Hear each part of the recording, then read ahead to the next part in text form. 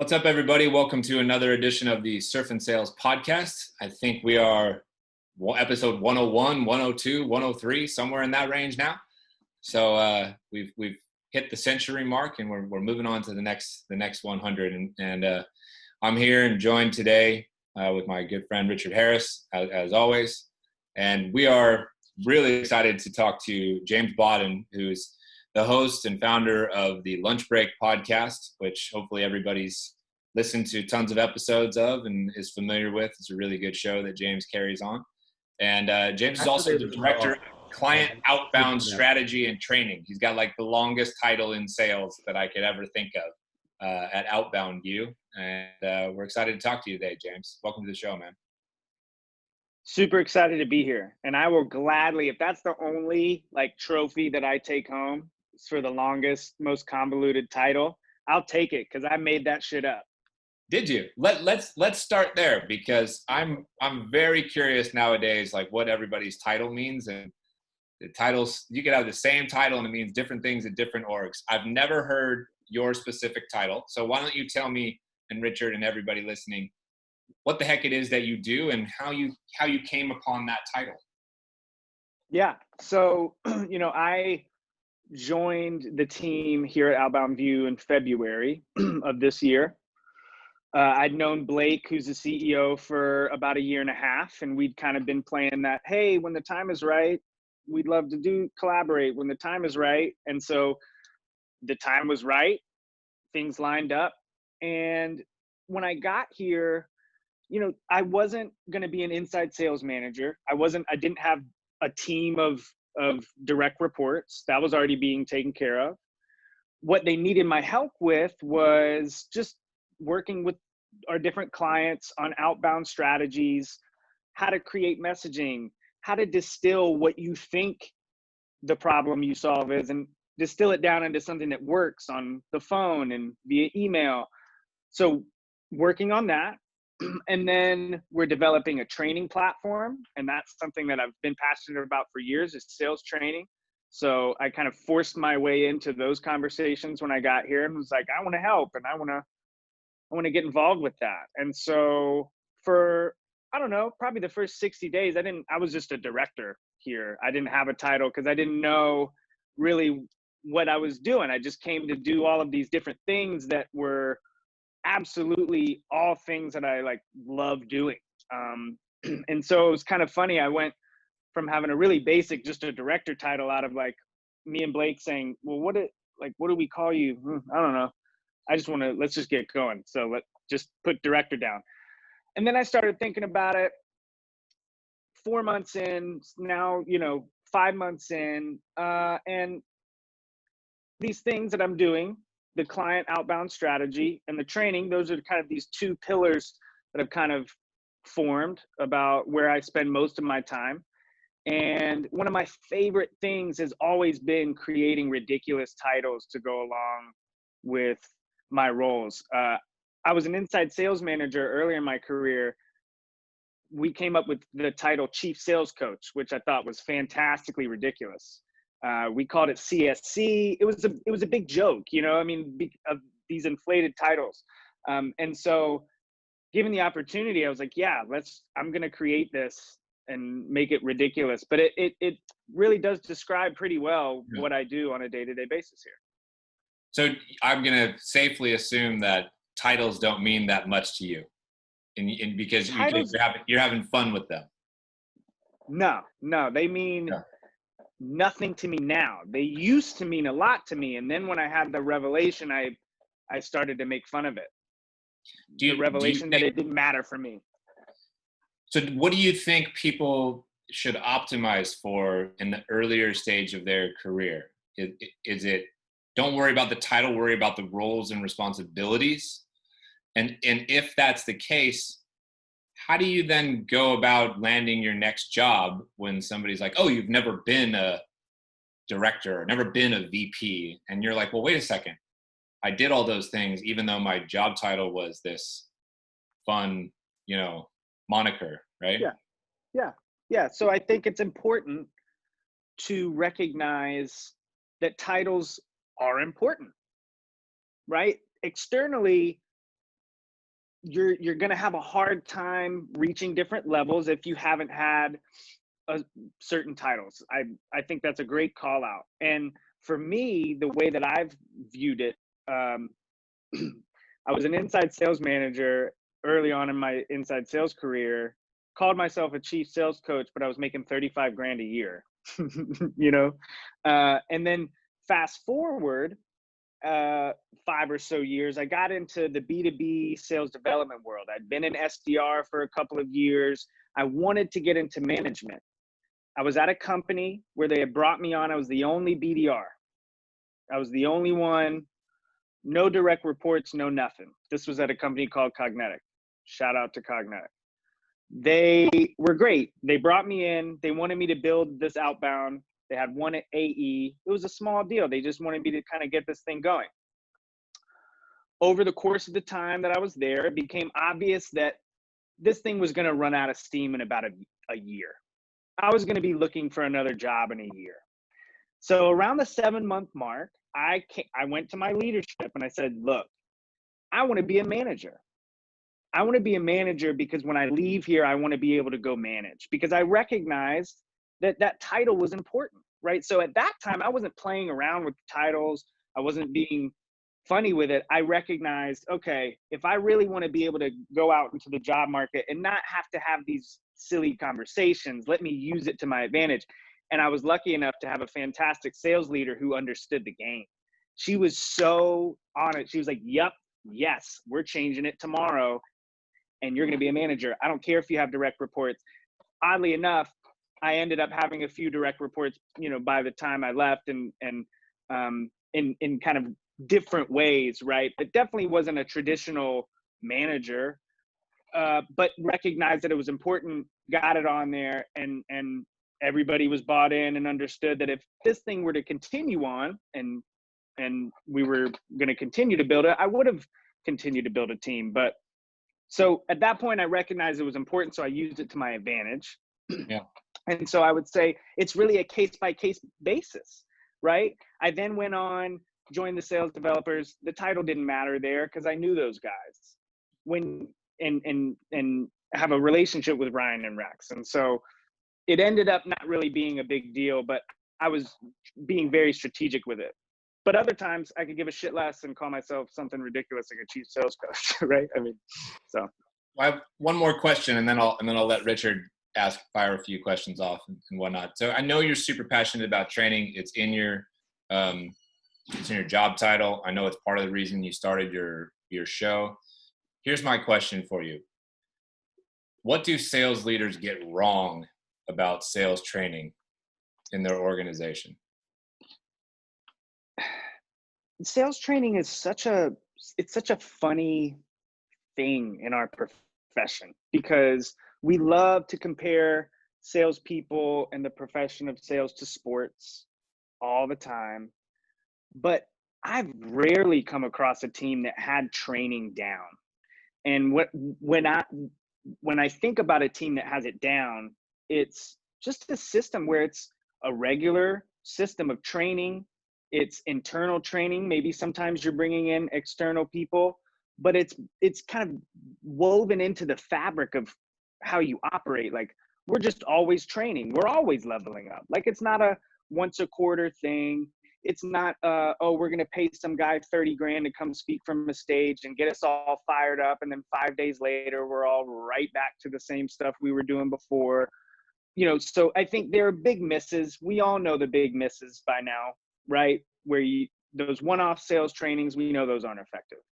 Those one-off internal trainings that you think are going to be a regular thing and then slowly start to fall off the calendar, those aren't effective, right? It's got to start from the top, and it's just, being creative about the ways that you engage with your team about it. It's not the same training every time. It's not, we're going to listen to cold calls every 2 days. No, it's sometimes we're going to listen to cold calls. But if you guys are saying that you're having trouble with discovery calls, let's do a session on that. It's just understanding, being connected with your team and weaving it into kind of the day-to-day, and it's just a part of what you do. It's a part of who you are. So going forward on that, so you're a manager of a team. We'll we'll sort of make it the standard, right? 8 to 12 reps, you're an inside sales team, SaaS or not SaaS. How often are you training on specific things like, discovery versus cold calling? Is it weekly? Is it daily? How do you view sort of, hey, it's the Monday morning stand up, what are we going to do this week? Like, how do you just sort of advise people to do that as best you've seen it work? Yeah, I think it starts with looking at the people on the team, right? I mean, who are you managing? Are you managing a team of seasoned sales guys that are going to show up and they just know what to do, and she's Well, going to come let's every assume day it's like ready to? everywhere else. Let's assume it's like you got a little bit of both, right? You got a team Yeah, of yeah, 10, 2 or 3 are in the middle, 2 or 3 are veterans, and 2 or 3 are newbies. What do you yep, do? yep. So I think in that case, I'm a fan of the daily stand up. I am a fan of that in the morning, everybody aligning, especially right now. If you're remote, I think it's very helpful.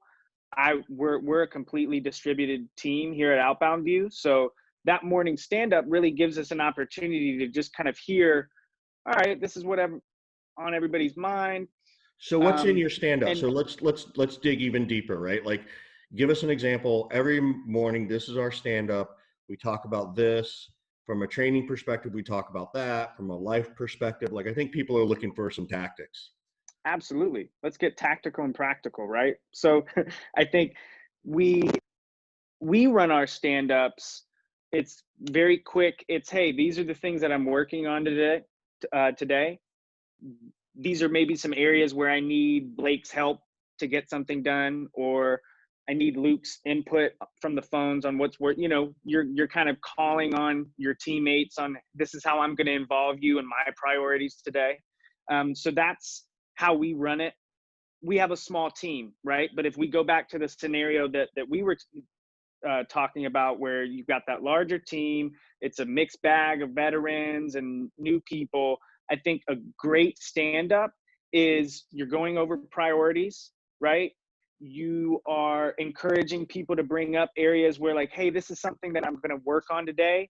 I've got this pitch that I want to shorten, right? So you want to include what their priorities are activity-wise. Then include something that they want to work on. And then I think that really would do it for a team that size. Just keep it real short and sweet. The best ones are where you can just kind of go around. Everybody's like, yep, I'm calling on these people today, and I'm going to try and shorten my pitch for XYZ company next, right? Got it. And that's it. For the leadership. Yeah. What are you doing during that from a training coaching perspective? So that's an opportunity for you to just kind of, all right, cool, everybody's head's in the right spot, right?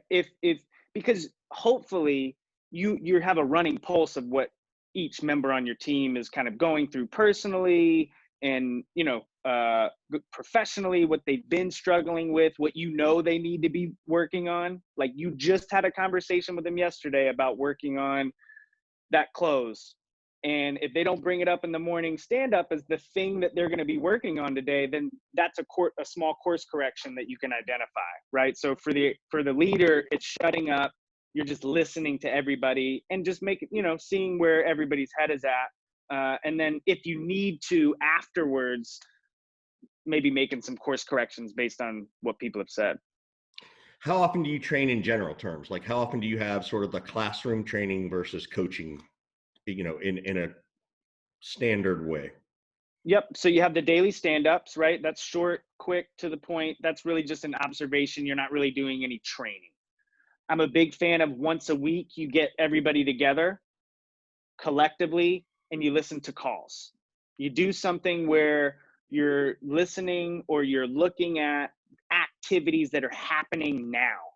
What are we saying yesterday that was working? What are we saying yesterday that got us hung up on, right? We're going to pull up those calls. We're going to listen to them as a group. And it's just an opportunity for everybody to get together. I like to use those as vent sessions as well, right? Where we can just kind of Like, yes, let's not just listen to the good ones. Let's pull out a few of the ones that were brutal, right? And you frame it in a way where like we're venting here, right? But that also allows you to bring in some of those ones that may be brutal, where you need to provide some coaching and do it in a way where everybody feels safe. I mean, I think that's the crappiest part about like listening to calls and doing those kinds of trainings, is when they're really rigid and everybody's quiet and you can hear the mouse click play, and it's just like, you have to listen to somebody's cold call. It's so bad. But if you, from the very beginning, say, hey, this is a vent session for us to listen to calls. You get to say all the things that grind your gears about, having to make 100 calls a day, right? And listen to all these people. They're going to be funny ones, right? And as a leader, you can maybe pull out some ones that will kind of lighten the mood, right? Funny things. Pull up ones that you've done that you've messed up on. That's one of my favorite things to do. Like, listen to this one. Listen to me completely lose this guy. Rag on me a little bit, right? So, I mean, it's that kind of atmosphere. It's allows for constructive criticism. So I like those once a week.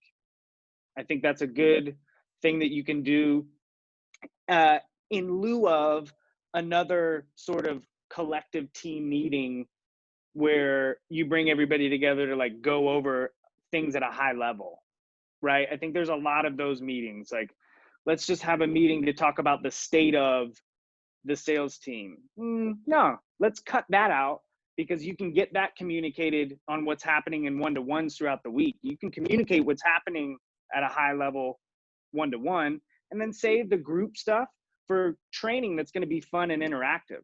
I think that's a way to kind of manage what can quickly become like, okay, I've got a stand up, I've got a weekly call, I've got this because I think that's what people run into. I want to ask you about the outbound strategy a little bit. Specifically, there were strategies that were working at the end of 2019 and the first month or two of 2020. And then everything went to hell in a handbasket and strategies changed. And now it feels like the strategy is changing once again with all the social justice movement going on, and maybe just pandemic fatigue and some states opening up and trying to go back to normal. How are you pivoting so often in terms of the messaging and the strategy, or are you pivoting that often? Maybe that's a better question. Because it feels to me a little bit like chasing the fucking dragon. Like, good Lord, there's a landmine out there. How do I get the right outbound message to get in front of my prospect, get their attention, and try to help them? So I'm curious how you've been thinking about all that and what you've come up with. Yeah, I mean, look, what this year has taught me is that I better get really clear on some foundational things that always work, as opposed to trying to chase my tail and constantly try and pivot.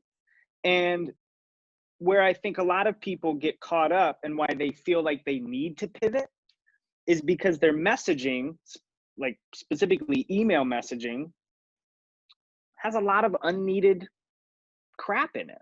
Like, just in general, just a lot of extra sentences that don't need to be there. Right? I mean, in most cases, were they there before the pandemic? Yes, and I was absolutely, and I was writing them. Okay. So what was that? What was that? And me, now what are you doing? It was the approach of me a year and a half ago. For me, it was the approach of really super personalized. So you go to LinkedIn and you find out that so-and-so has gone to the University of Texas, and you say something about the University of Texas in an email, and that whole thing. Quickly found out that wasn't for me. That wasn't something that I found to be valuable enough to spend my time doing. That kind of evolved into the personalization, which is something that I'm a big fan of, right? Really understanding the persona. So if you're going after CMOs, listen to podcasts where they interview CMOs, just learn about what their job is like, understand the persona and customize your messaging to that. But even inside of that, it was, hey, came across your profile on LinkedIn, or, hey, heard you on this podcast and I thought it was interesting that you said blah, blah, blah. Right. Things that I thought and actually worked to convert people to remaining interested and engaging with me, right? What I've found since everything's happened this year with the pandemic, and then just, the social injustice and just thing after thing, it's what's working for us are 3 sentences. It's completely focused on the person we're reaching out to. So it's teams like yours are facing this problem, very specific problem. It's time sensitive. You call out, the longer you wait to solve this problem, the worse it's going to get for this part of your business. And then at the end, it's a very strong call to action. Do you have X amount of minutes? Are you interested in learning more? However you want to position the CTA, and we do it different ways based on where we're at in the sequences. But I mean, that's converting and has been converting for us across a lot of different industries. It's just a very direct 3-sentence approach that conveys the reason that you're reaching out. You're not trying to seem like if you're a logistics company, does anybody want to hear your opinion about the things going on at this point?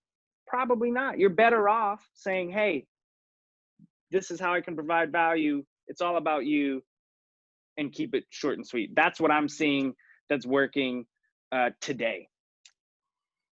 Is the other stuff not working, or this is just working better?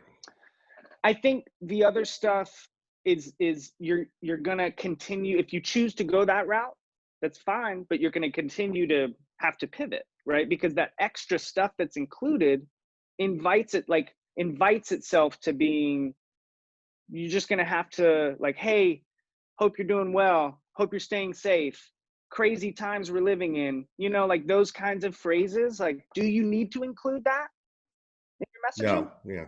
No, you don't. Yeah. And then, when you get on a call after you've sent an email, then of course, don't be tone deaf and a jerk, right? Like, be a human. But as far as getting the attention of somebody, I think this is the logical way to go about it, right? I mean, everybody's way busy. Everybody's really stressed out about a lot of stuff. And so I'd rather read an email that's going to tell me exactly what's going on than have to decipher through flowery language, like what they're trying to get at. I think that's why it's converting. So let's shift a little bit. Let's talk a little bit about the social injustice, right? Because that's certainly affected us different than COVID. And I want to be mindful that we're not, well, how do you sell through a social injustice one? Like, that's not the point of the conversation. I think that would be terribly tone deaf. How are you handling that? How's your team handling it? What are you guys doing to navigate through this, just on any level, whether it's business or personal? Yeah. For me, starting on the personal side, which is, I think, the most important side right now, just overall, and we're seeing that. I have had trouble engaging on social media. I'm a really regular poster on LinkedIn and have a really good cadence on there. That's just not been happening. These last few weeks have just been filled, and it's been great. It's been filled with a lot of offline activity, right? A lot of offline conversations with lifelong friends about, things that I was there with them when they went through, things that I wasn't aware that they've gone through. I grew up in Raleigh, North Carolina. I always went to schools, for whatever reason, that were just very well integrated. My first best friend was Black, Jermaine Williams. What's up, man? Shout out. He's still around here in Raleigh. I saw him a couple of years ago. you know, it was just, but it wasn't a conscious thing for me in third grade. It was just kind of the way I grew up, and played sports and made music, and, you know, just really, so many of my close friends happen to be Black, and I've seen things happen to them at a young age where we had interactions with cops, and, you know, just to be really candid, because I feel like that's the only way to keep it on this show here. But, you know, I was 18 years old, had an interaction with 7 police officers, with a few of my Black friends. I was the one in that particular situation that had broken the law and was going to end up getting a ticket. Like it was going to be on me, and saw how the cops came to me and tried to convince me to blame it on my friends, like pulled me to the side, you know. So I've had kind of personal experiences with some of it. So it's for me, it's been a lot of conversations about, okay, I've been aware of it. I haven't been vocal enough about it. I haven't been active enough about it to use my own inherent kind of privilege as a white dude in America, you know, just born into this kind of level of like, shit's going to be, you know, different for me as opposed to my friend Jermaine, right? Haven't used it. And so a lot of conversations just about, okay, well, this is where I'm at now in my life. How can I use my resources and what I have at my disposal to shine a spotlight on, you know, my Black friends' businesses and their endeavors and things that are passionate, you know, that they're passionate about. So for me, it's been a really big mix of just stress, anxiety when you see the things happening on the news. I mean, kind of whichever way you fall on it, if you're a human, it hurts, right? I'm not really interested in like what side you fall on it. I mean, you have to, if we're on the human side, seeing all of this just raises that anxiety level. And so I think it's been that mixed with a lot of really great conversations and kind of a reignition of, you know, what I've always known to be true, that we're all absolutely cut from the same cloth as humans, right? And it's great to see that some people in the sales community, you know, present company included, have talked about these things and not shied away from it and stepped away from the spotlight and put, you know, the people that need to be heard right now in that spotlight. I mean, that makes me happy, and I'm committed to making sure that it continues. And so it won't be easy. I think there's going to continue to be more and more weeks with lots of difficult conversations and lots of different feelings. So on the personal side, that's kind of how I've been dealing with it. It's very real to me, you know.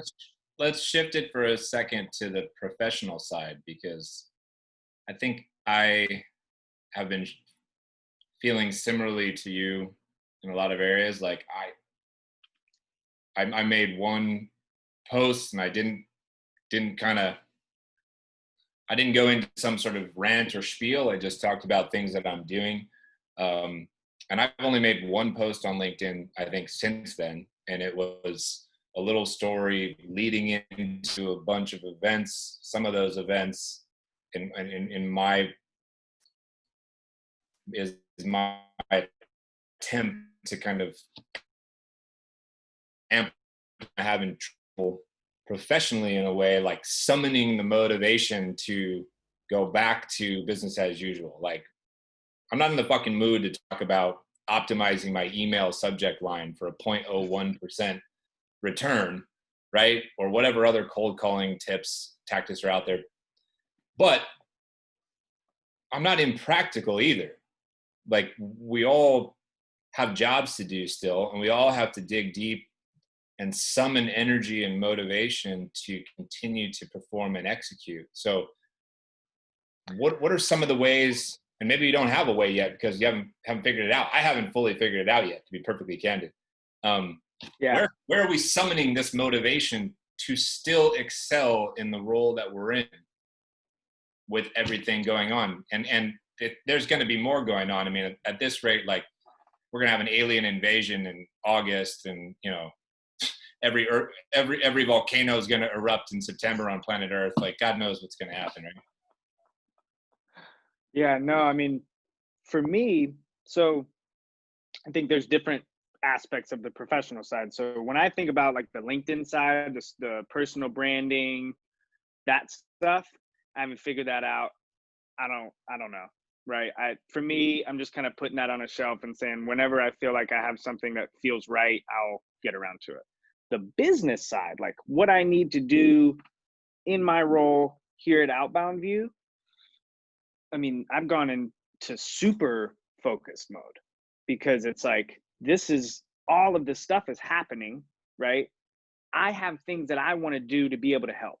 I want to be able to donate monetarily. I want to be able to have time to go, you know, see people that I want to see, visit with people that I want to visit, and you know, dedicate time to causes that I want to dedicate my time to.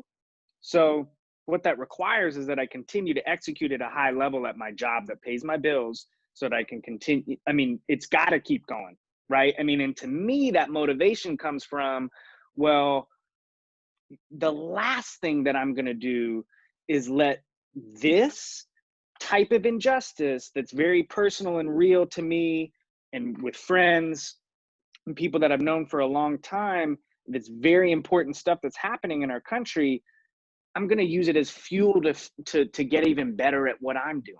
I need to be even better at what I'm doing, because what I'm doing provides me a platform. It provides me a way to, you know, continue to do the things that I need to do. If I were to stop and just, you know, and just succumb, which is, you know, I'm speaking from a very different place than Black people, right? I mean, let's just be very honest. Like, my story is you know, to the side on this, but just from my perspective, if I were to just stop, then how can I help?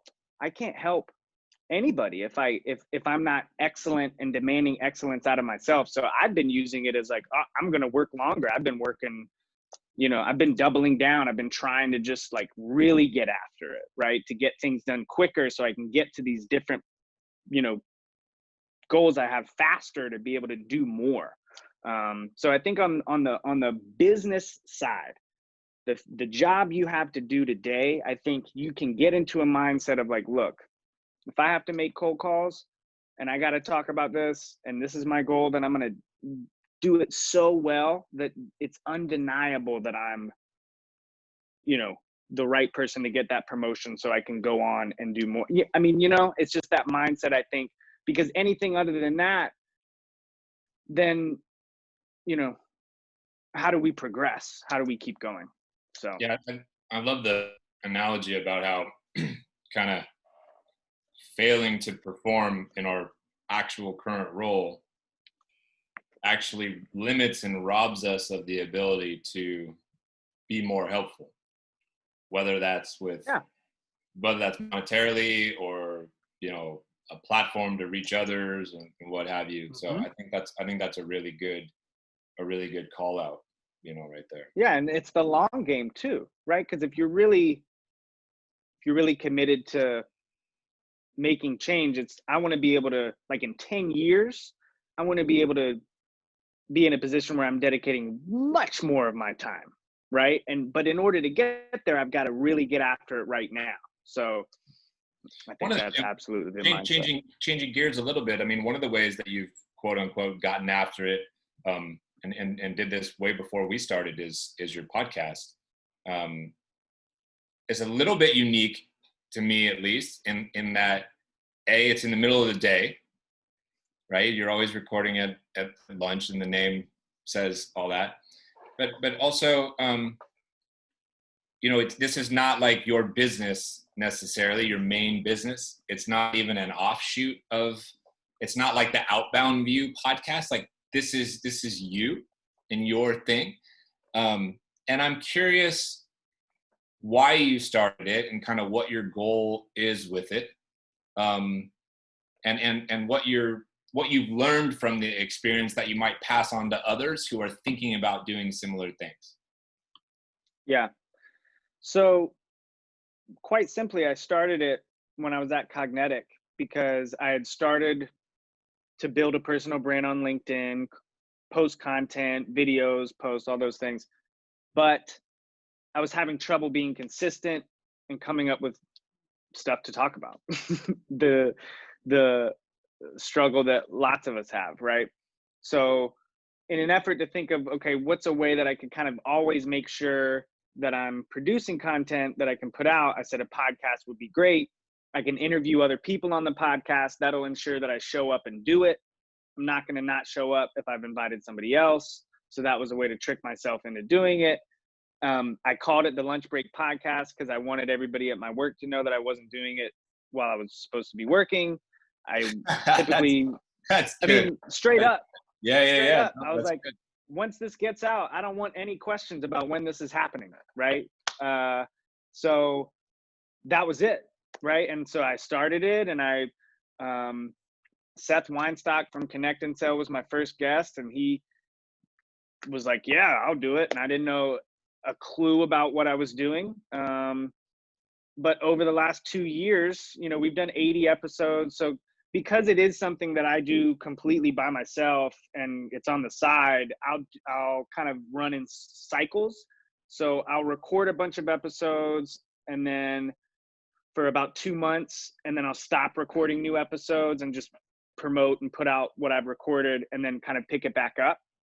So that's been a cadence that's been, you know, it's allowed me to kind of keep my day job and all those things that I have to do. And it's been fantastic. I've you know, had a lot of frontline people first time on the on a podcast. That's my favorite, when they tell me like afterwards, oh, this was my first time on a podcast. This was so cool. It's like, fantastic. Go do 18 more because you were great. And I would have never known that it was your first one. To give people that platform is fantastic. And now what's really kind of crazy is in the last 6 months, it's turned into like a media group thing where I've passed on hosting duties to Ashad Mason, who is now the co-host of the Lunch Break Podcast. He's been on the podcast twice. Him and I have just formed a great relationship. He's a young kid. He's in his mid-20s. He's kind of got more of a business lens on things, so to expand kind of the reach of the podcast and the types of people that we bring on. So not just salespeople. So that's cool. And then you should be warned that running a podcast with a co-host is a bit of a nightmare. You should just you can't. So I hope people are watching this episode because Richard's face just melted. So untrue. You know, it's taken Scott 102 episodes to finally sort of jab me as much as I've jabbed him. He finally got one. I'm finally learning how to punch back. That's right. Exactly. Good job. Well done. Here's your trophy, millennial. So yeah, no, I mean, so that's a fantastic kind of evolution. So the next, and you know, my thought is that he'll probably just kind of take over on many episodes and just be the only host. And I'll just produce it in the background. I've started producing a few podcasts. So produced one with Ryan Reisert. I produced one with a gentleman named Brian Whittington and his business. Starting another one here in a couple of weeks. So it's kind of turned into this. During the pandemic, everybody started a podcast. And, you know, like people just knew that I was doing my own, right? And it's just kind of snowballed into this thing. And now, you know, I think I'm probably, as we speak, right at the beginning of it becoming something real that will continue to evolve in different ways, you know, maybe as a platform even for more people to just be able to start a podcast. I don't know, but it's been a heck of a ride and a whole ton of fun. Cool. Well, we gotta start to wrap this up. So, you know, our favorite way to end it is to ask, how can we help James, right? So obviously we certainly want to plug your podcast. So happy to have you people go listen to that. But what else can we do to help you? Something you're passionate about, caring about, anything? Yeah, I mean, I would just as a recommendation, just a PSA. Super stressful time right now. Meditating is a fantastic idea. 5 minutes a day. It helps. It'll help you just kind of level out and throughout the day not feel so red in the face. Like if I miss a day of or too many days in a row. Good for 2 years. So all right. Well, that's my formal. I mean, I'm telling it to you, Scott. That just 2 minutes, 1 minute, 30 seconds, right? And I know you got a whole hell of a lot going on. You need 30 seconds, dude. You got 30 seconds for everything you do in a day, dude. Come on. So, you know, super passionate about that. Like if everybody were to follow that advice, that would make me super happy. A website that I would love to point people towards, just kind of in relation to everything we've been talking about with just race relations in America and how we can use our inherent kind of position in society to help. I would say direct people towards actdon'twatch.com. Mike Morgan on LinkedIn, he's somebody that's in my area here in Raleigh, North Carolina. It's basically just an initiative that he has to get more people of color involved in sales, right? We know how great this profession can be. He's got a great book that he's kind of written on some basics about how to get into sales, and would love to spread that word to anybody that has a way into young people, right? That need to learn about how fantastic this profession is. I think that's one thing that we can all kind of use, like, and maybe marry, like, how can we help as like white sales leaders? How can we help? We can amplify the voice of letting more people know about how to get involved in this profession. What was the name of that website again? Yeah, it's actdon'twatch.com. Cool. Well, definitely everybody, please go check that out. If you haven't learned, you probably learned 20 things on this episode with James. But particularly, I think that one's a really important one. James, thanks so much for coming on, man. It's a pleasure to get to know you a little bit more and meet the guy behind the podcast, right? And apparently you are just as passionate in real life as you are on your podcast. So we love it, and we appreciate the enthusiasm of just how you talk about any topic you're passionate about. And don't forget, James, that your boss Blake is on the record saying that you are headed to Surf and Sales 5 whenever we're able to hold this. So we're excited to spend some time with you whenever we get the chance on there. So I can't wait. Yeah, I screenshotted the text that I got from him, so I've got proof. Good man. We've got it. That's a contract right there. That's a verbal. Tell him to give us his credit card number. All right, James. All right, James, man. It's been a pleasure. Thank you.